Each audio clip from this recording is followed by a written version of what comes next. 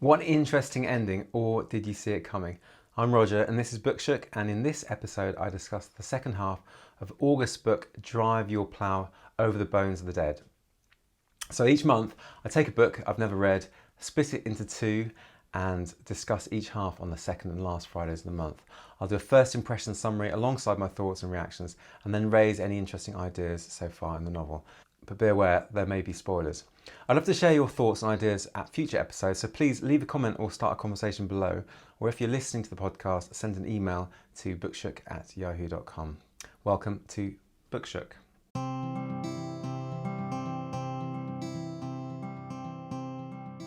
So there were some questions from the first half that I really wanted answered. How did Bigfoot die? What were those photos that she found? And is there a chance that she will end up with Oddball or in some romantic relationship? And who killed the police commandant?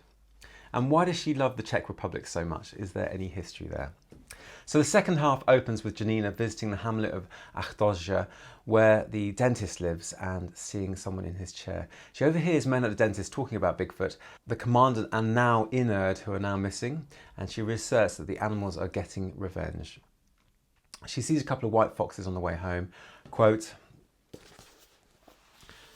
"They were moving slowly, one behind the other. Their whiteness against the green meadow was like something from another world. They looked like the diplomatic service of the animal kingdom. Come here to reconnoitre." The arrival of spring, although beautiful, makes her feel anxious. Quote, "Everything was starting to crackle. I could sense a feverish vibration under the grass, under the layer of earth, as if vast underground nerves, swollen with effort, were just about to burst. I was finding it hard to rid myself of the feeling that under it all lurked a strong, mindless will, as repulsive as the force that made the frogs climb on top of each other and endlessly copulate in Oddball's pond." Now, ever since reading Eliot's lines, "April is the cruelest month from the wasteland," I've always been interested by other people's interpretations of spring, especially the more negative ones. She recalls how she drove past the abandoned fox farm. Quote, "I pricked up my ears as if expecting to hear horrifying sounds coming from behind this barricade, the echoes of what had happened here in the past, but it was plain to see there wasn't a living soul inside, neither human nor animal. In the course of the summer, the farm would be overgrown with burdock and nettles. In a year or two, it would vanish among the greenery, at best becoming a house of horror. It crossed my mind that one could set up a museum here as a warning." Now, she recalls how she met Inerd 2 years ago. He was in all his hunting gear and wasn't very pleasant and was very defensive. And she spies on the houses under her care with binoculars, even though the owners are back for summer. So there's some very strange behaviour that she rationalises, and we'll have more of that further on in the podcast. She gets chatting to the writer lady and asks her for some advice on how to write. And she says, quote, "You must sit at the table and force yourself to write. It'll come of its own accord. You mustn't censor yourself. You must write down everything that comes into your head." So Janina is disappointed because she only wants to write down the good and the positive. And I certainly get that feeling from this unreliable narrator, that she's often hiding painful truths and not sharing unpleasant information. For example, those photos that she found in Bigfoot's house haven't been mentioned. In the forest, Janina feels she can weep. She still doesn't acknowledge the underlying hurt. She still blames her tears on her ailments, but she is growing towards some kind of acknowledgement, I think. Quote, "Here things were quieter. The forest was like a vast, deep, welcoming refuge in which one could hide. It lulled my mind. Here I didn't have to conceal the most troublesome of my ailments, the fact that I weep. Here my tears could flow, bathing my eyes and improving my sight. Maybe that's why I could see more than people with dry eyes." Is she going to learn to acknowledge her past pain, or will she never be able to admit to it openly? I'm very curious as to how this character will either flourish or decline. It's brilliant characterisation. I'm hooked. Tokarczyk. Anyway, continuing the narrative, she sees a man in the forest and wonders whether he's a mushroom picker. And my initial thoughts, very cynically, were that he's a poacher killing deer and that Janina was blind to this fact. However, we'll see later on who this person was. I was wrong. Anyway, she still believes it's an animal that pushed the commandant into the well, and Dizzy says that people think she's a bit nutty for thinking that. Now, this man she sees in the forest appears at her front door asking for milk and bread. He turns out to be an entomologist studying a flat bark beetle. She ends up discussing the plight of beetle larvae and offering him a bed for the night. And I'm thinking, could this get romantic? I'm hoping so. I would like romance for her in some way. She's very lonely.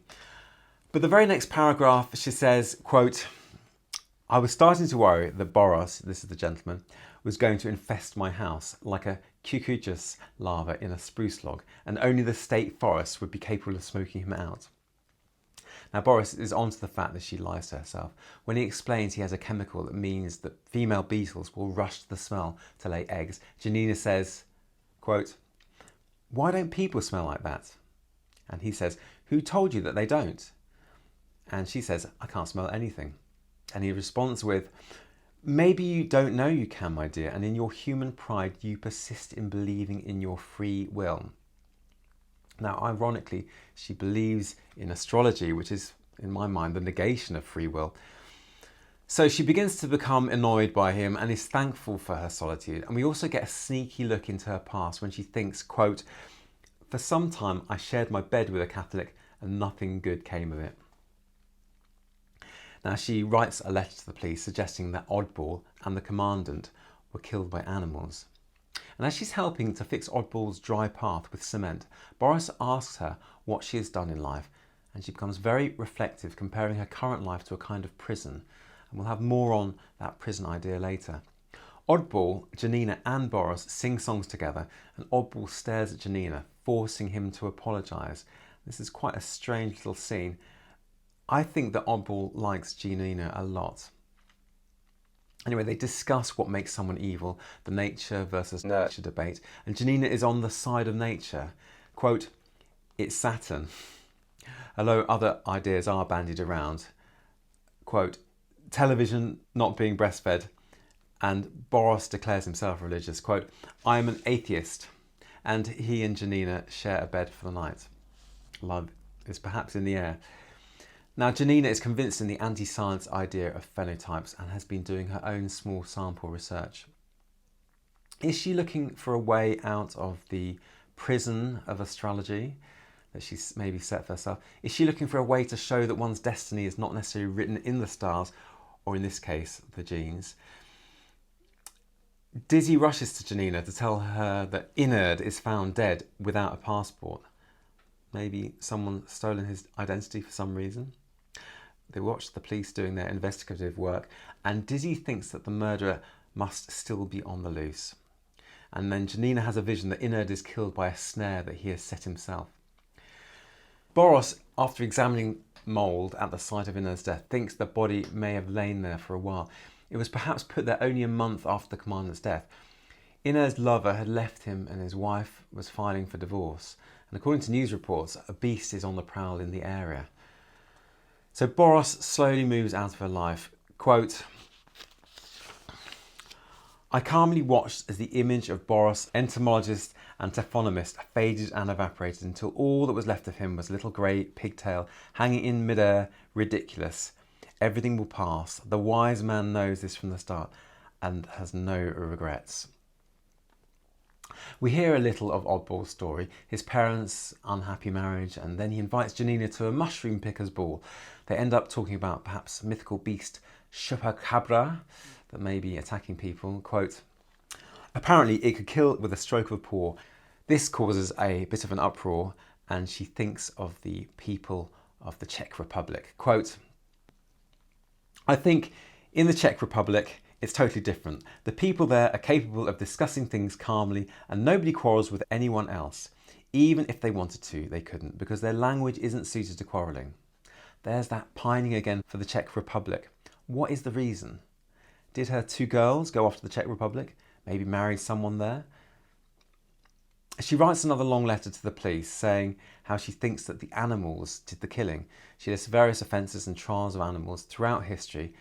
And is this a stupid idea, but is this some expression of her guilt, perhaps? The dentist pulls up as she is posting the letter and shouts to her, quote, the day of vengeance is nigh. Very intriguing. She sees the forester, who explains how he tries to keep order in the forest, and she explains the plight of Boris's beetles, but he shrugs it off, saying that timber is necessary. To her, he's just another official. She goes to the mushroom picker's ball with Oddball dressed as a wolf. She sees the forester, who explains how he tries to keep order in the forest, and she explains the plight of Boris's beetles, but he shrugs it off, saying that timber is necessary. To her, he's just another official. And then she goes to the mushroom pickers' ball with Oddball, dressed as a wolf. She gets chatting with the wife of the Mushroom Pickers Association's president, and she says the president is mixed up in the poaching racket and how she hates the fact that there are dead animals in her fridge. This is the wife of the president. Janina thinks, quote, I was noting mentally that there are still normal people in this world. Now, Janina tells now of her 2 dogs that she used to own. Perhaps these are the 2 girls mentioned in the first half. And that night, she commits to driving the president home on her own. Oddball goes home with someone else, and she dreams about her mother and grandmother in the boiler room once more, and in the morning goes to Oddball's to help calm down. He lets her look into his neatly arranged drawers.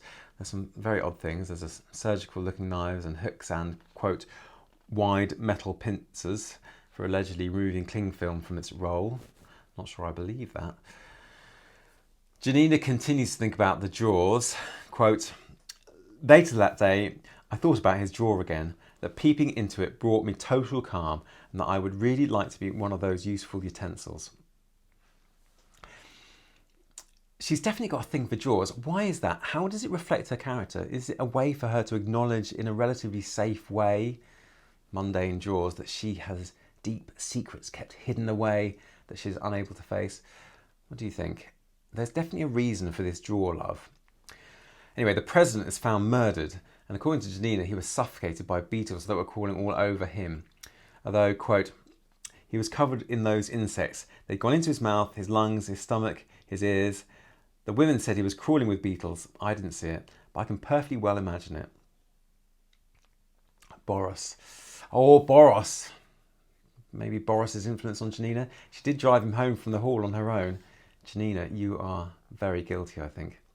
Anyway, she writes a long letter to the police, again explaining how astrology is responsible for the deaths. And then she's taken to the police for questioning. She explains how that while she waited for the president, she thought of the stars' influence on humans and compares it to our influence on animals, in this example, dogs. Quote, we know what's good for them. We walk them on leads so they won't get lost. We sterilise them so they won't senselessly reproduce. We take them to the vet for medical treatment. They don't understand where this comes from, why it happens, for what purpose. Yet they yield to us. So maybe we too should yield to the influence of the stars. Now, according to Janina, the president was nowhere to be seen, so she left him at the mushroom pickers' ball. Quote, even if he's fallen asleep in a drunken state in the burdocks, it was a warm night and he wasn't in any danger. That's Janina's words. The police ask about Anselm Innard, and she says that she's surprised that that is his first name, even though she's already referred to his first name in a previous vision. And this makes me very untrusting of Janina. The police read her statements from other people to show how abusive she has been about the poaching. And they also say that she overturned the poachers' ladders, which are these sort of pulpits in the forest. So we see another hidden side to her revealed to us through the police. The police are also intrigued as to how she knew the species of beetle on the president's body, which was Cucujas hematodes. She's looking very guilty, this Janina person.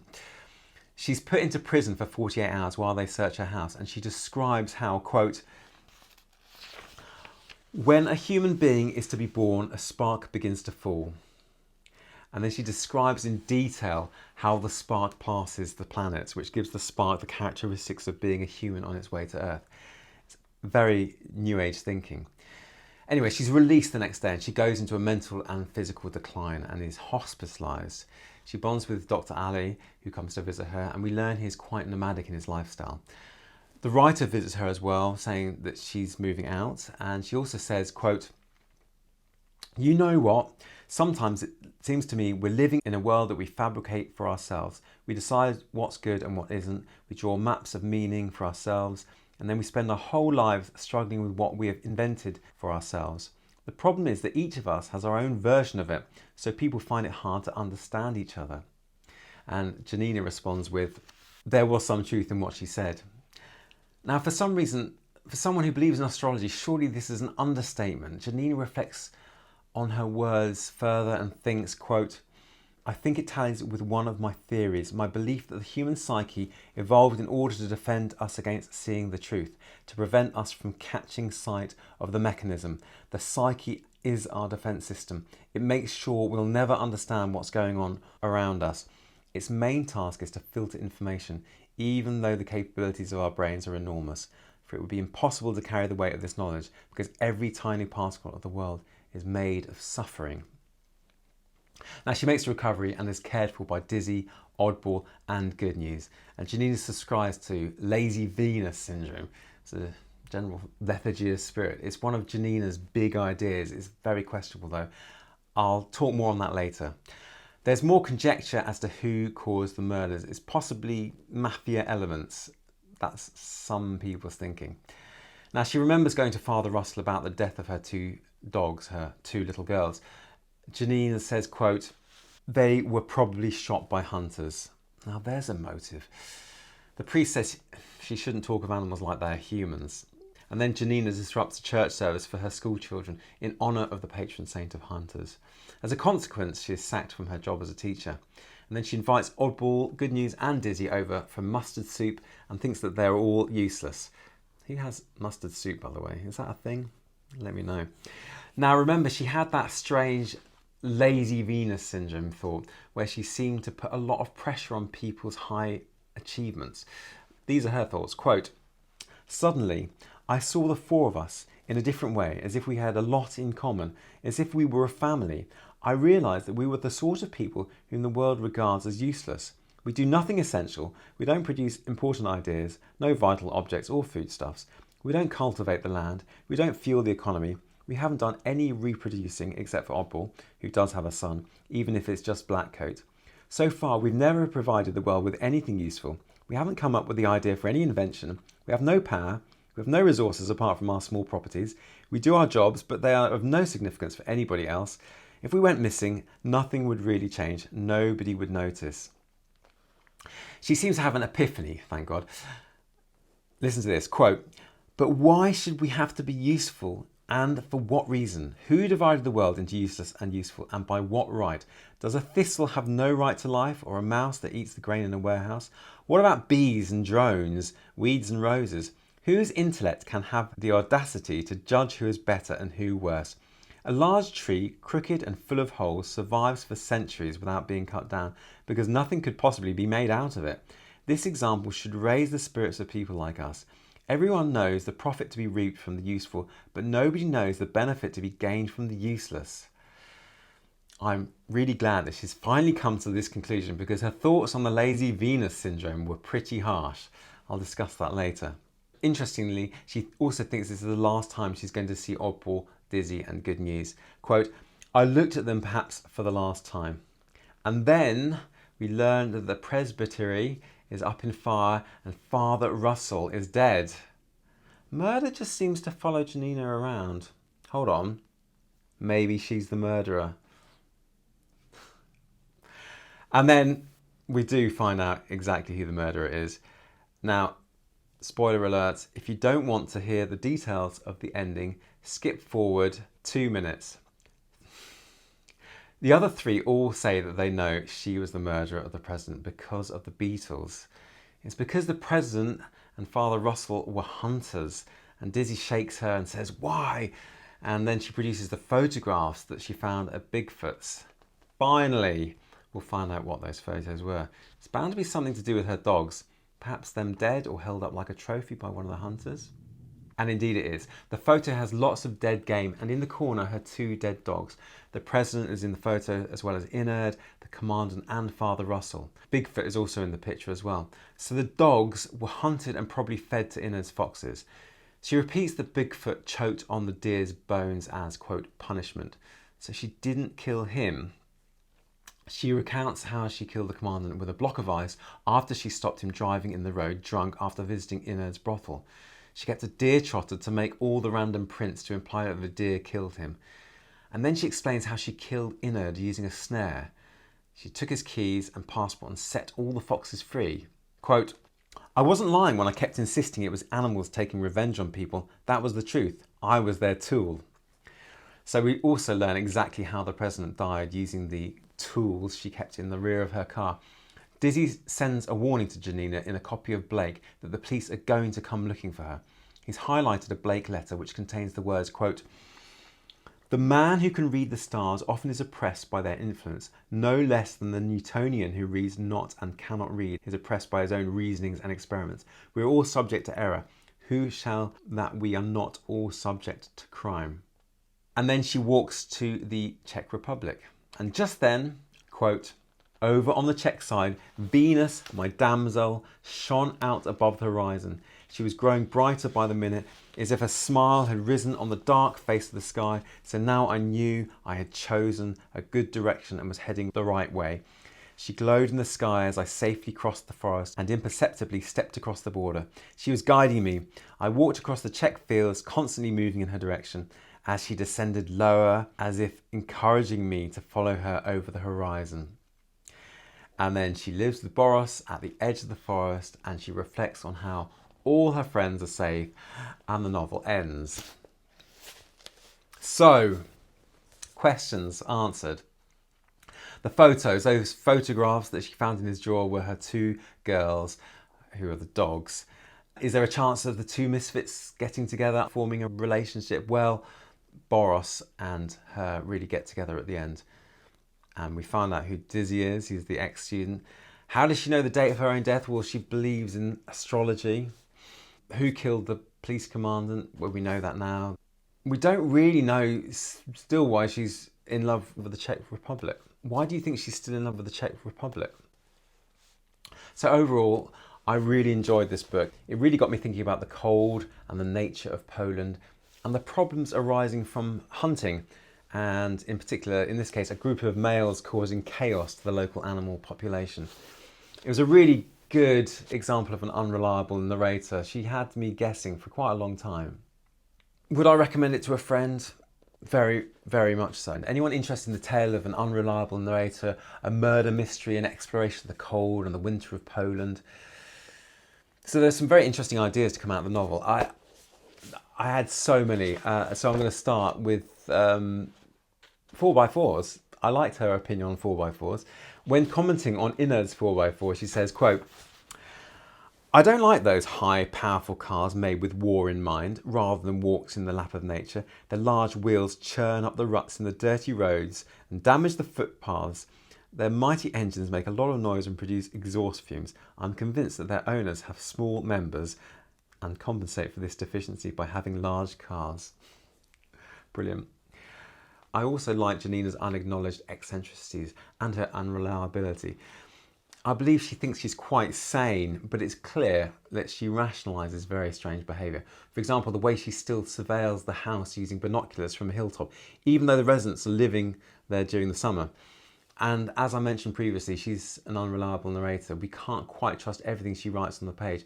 The way she rationalises her tears as an ailment rather than a deep unhappiness, and the way that she doesn't immediately acknowledge that the deer that she loves so much are being slaughtered by poachers.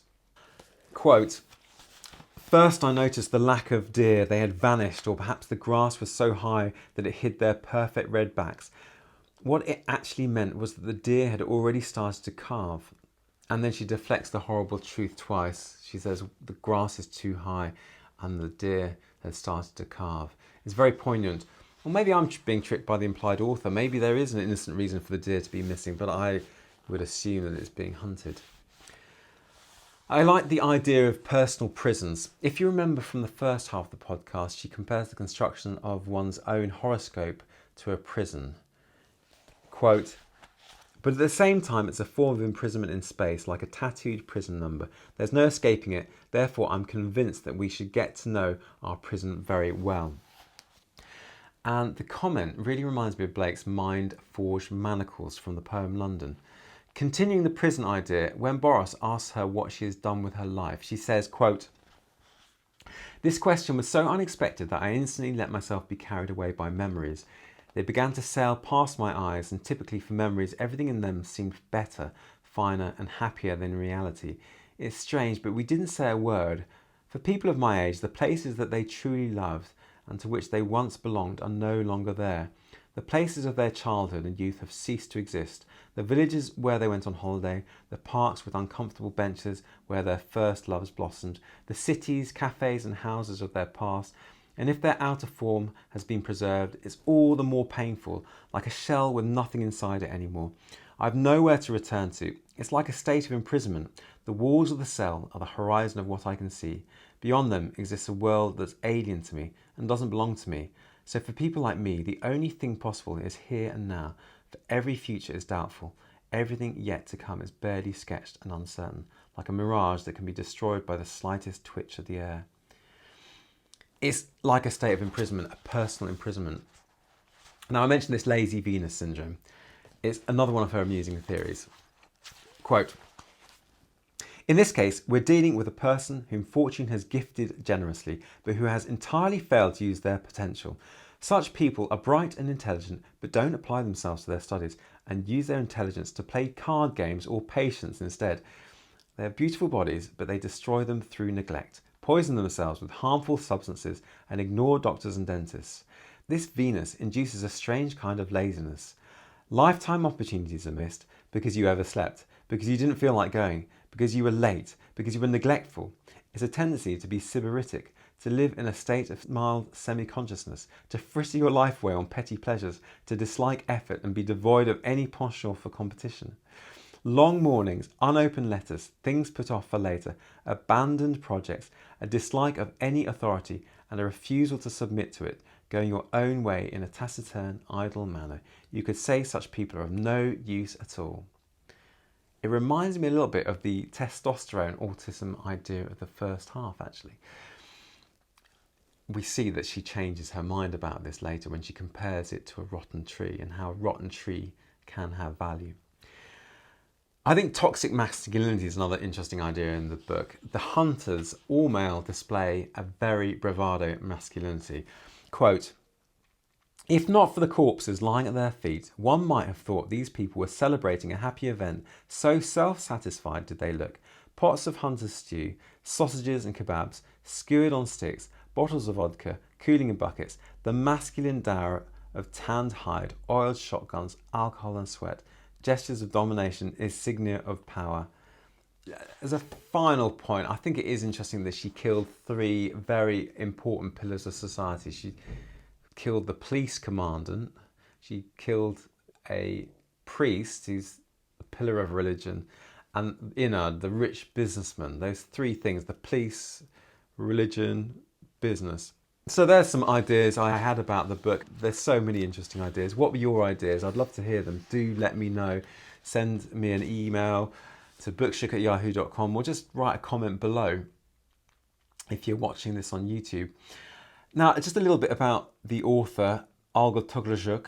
She was born in 1962. She's a Polish writer, activist and public intellectual, considered one of the most critically acclaimed and successful authors of her generation in Poland. For her novel Flights, Tokarczuk was awarded the 2018 Man Booker International Prize. Wikipedia goes on to say, Tokarczuk is particularly noted for the mythical tone of her writing. A clinical psychologist from the University of Warsaw, she has published a collection of poems, several novels, as well as other books with shorter prose works. I'd like to now talk a little bit about September's book, The Corrections by Jonathan Franzen, which is 623 pages. It was published in 2001. If you're reading alongside, I'll be reading up to page 325, halfway.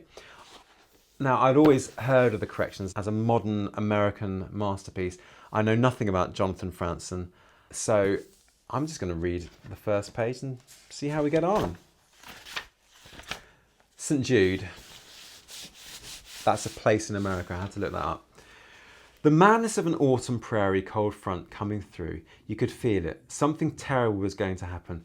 The sun low in the sky, a minor light, a cooling star, gust after gust of disorder, trees restless, temperatures falling, the whole northern religion of things coming to an end. No children in the yards here, shadows lengthened on yellowing zoysia. Red oaks and pin oaks and swamp white oaks rained acorns on houses with no mortgage.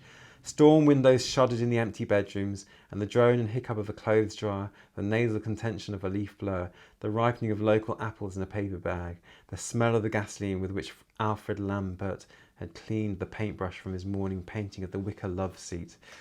3 in the afternoon was a time of danger in these gerontocratic suburbs of St. Jude.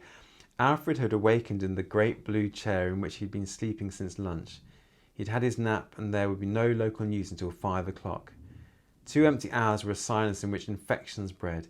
He struggled to his feet and stood by the ping-pong table, listening in vain for Enid. Ringing throughout the house was an alarm bell that no one but Alfred and Enid could hear directly. It was the alarm bell of anxiety. It was like one of those big cast-iron dishes with an electric clapper that send school children into the street in fire drills. By now it had been ringing for so many hours that Lamberts no longer heard the message of bell ringing. But as with any sound that continues for so long that you have the leisure to learn its component sounds, as with any word you stare at until it resolves itself into a string of dead letters, instead heard a clapper rapidly striking a metallic resonator, not a pure tone but a granular sequence of percussions with a keenly overlay of overtones ringing for so many days that it simply blended into the background, except at certain early morning hours when one or the other of them awoke in a sweat and realised that a bell had been ringing in their heads for as long as they could remember, ringing for so many months that the sound had given way to a kind of meta-sound whose rise and fall was not the beating of compression waves but the much, much slower waxing and waning of their consciousness of the sound, which consciousness was particularly acute when the weather itself was in an anxious mood. Then Enid and Alfred, she on her knees in the dining room opening drawers, he in the basement surveying the disastrous ping-pong table, each felt near to exploding with anxiety. And there we go. That's the first page or so of the corrections. Quite academic in the way that the narrator is thinking about consciousness and anxiety, and he mentions meta sound. Quite sort of academic ideas. So it's obviously a very suburban, kind of very boring place that these two people live. I'm excited about hearing about their life. Winner of the National Book Award, winner of the James Tate Black Memorial Prize. And look, there's a lovely picture of a steamliner on the front. I wonder how that will relate to the story, if it will. Anyway, thanks very much for listening. If you have any questions or comments, I'd love to hear them. So leave a comment below, or if you're listening to the podcast, send an email to bookshook@yahoo.com. And if you want to recommend a future book to read together, do let me know. And if you enjoyed this podcast, please give it a thumbs up and subscribe, or give it 5 stars on your podcast app. Thank you very much. I look forward to discussing the first part of the corrections by Jonathan Franzen at the next episode of Bookshook on the second Friday of September. That's the 9th of September. See you then.